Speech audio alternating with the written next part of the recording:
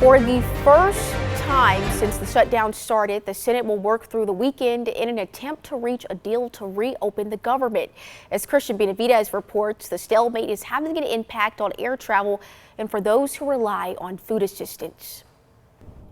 At the 11th hour, the Supreme Court halted a court order requiring the federal government to fund food assistance. Justice Ketanji Brown Jackson issued the order in response to an emergency appeal by the Trump administration, which has so far refused to dip into its reserves to fund food assistance. Jackson wrote the lower court should deal with the matter swiftly. Janelle Daniels of New Jersey has suffered. SNAP ran out of funds last week. It's hard to try to depend on other people to help you. I'm such a very independent, I try to help anybody else in need the best way I can, and it's very hard for me to ask for help. It comes as air travel has been snarled by the shutdown.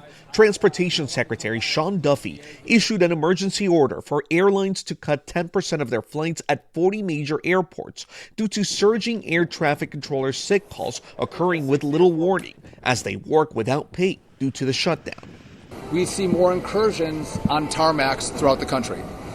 And we have more complaints from pilots about stress from air traffic controllers and more complaints about the lack of responsiveness from controllers. This is a reasonable offer.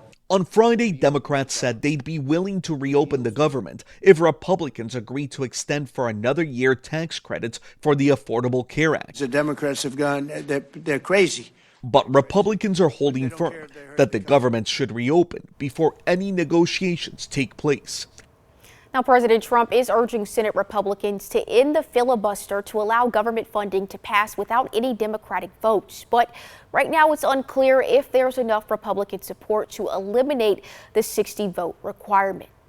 And hundreds of flights were canceled on Friday and thousands more were delayed due to a combination of staffing issues and the flight cuts.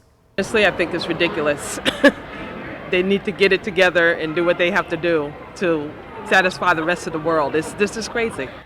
Transportation Secretary Sean Duffy says even when the government reopens, it will still take time for things to get back to normal.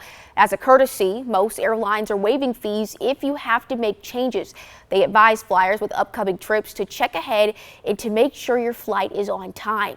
And in Atlanta, many travelers are opting for other options to avoid delays or cancellations at the airport. Sandro Martinez flew into Atlanta from New Jersey.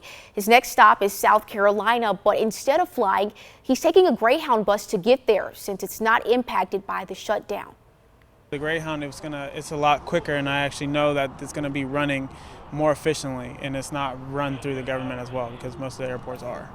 Other travelers are opting for rental cars instead. Dave Shea, an Atlanta-based travel expert, says one-way car rentals may not be as pricey as they have been in the past, but he also says there are things to consider before you rent. Definitely check the fine print on every step of the way along your booking. Always click the little drop down that says taxes and fees, look for the breakdown, make sure there's no surprises. And then also when you're going through the checkout process, there's always options for insurance and whatnot. Check with your credit card. You may have insurance for free. Now, in the case you are planning to fly, Shea recommends investing in TSA pre-check and for the ultimate insurance, going as far as buying a backup plane ticket. Meanwhile, several national chain restaurants are offering free kids' meals to help SNAP recipients get through the funding dry spell. TGI Fridays is one of them. So through November 20th, families who eat at its restaurants get one free kids meal with each adult entree meal with a $10 minimum. It's limited to one kids meal per adult per day. After the November 20th date, the chain will offer the deal every Tuesday through the end of the year. Denny's, Ruby Tuesdays, Huddle House, and other chain restaurants are also offering free kids meals for food stamp recipients. And restaurant and grocery delivery services are also joining in. DoorDash pledged to provide 1 million free meals and waive delivery fees for about 300,000 grocery orders for SNAP recipients. Instacart and GoPuff are also both offering discounted deals.